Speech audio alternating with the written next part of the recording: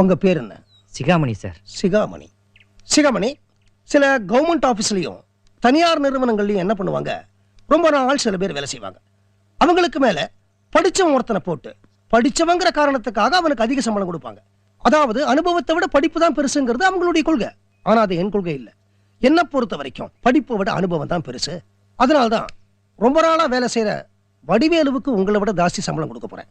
உங்களுக்கு ஒன்னும் ஆட்சேபம் இல்லையே? கண்டிப்பா இல்ல சார். இந்த மண்டபத்துல கக்கூஸ்கரோட ஆயா கூட என்னை விட அதிகமா சம்பளம் வாங்கினா கவலைப்பட மாட்டேன். தேவைப்பட்டா நீங்க கக்கூசும் கழுவணும். எங்க தொடப்போம்? இல்ல தேவைப்பட்டா.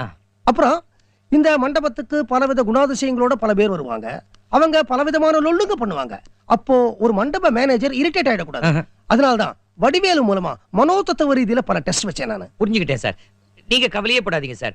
அதாவது நிறைய மழை பெய்யும் போது இந்த எருமாடு அசியாம நிக்குமே, அத மாதிரி எனக்கு பொறுமை. நாளைக்கே இந்த கல்யாண மண்டபத்துல சம்பந்தி குழுக்கள குத்து வெட்டு நடந்தா கூட கவலையே படாம எருமை மாதிரி பொறுமையா இருப்பேன்.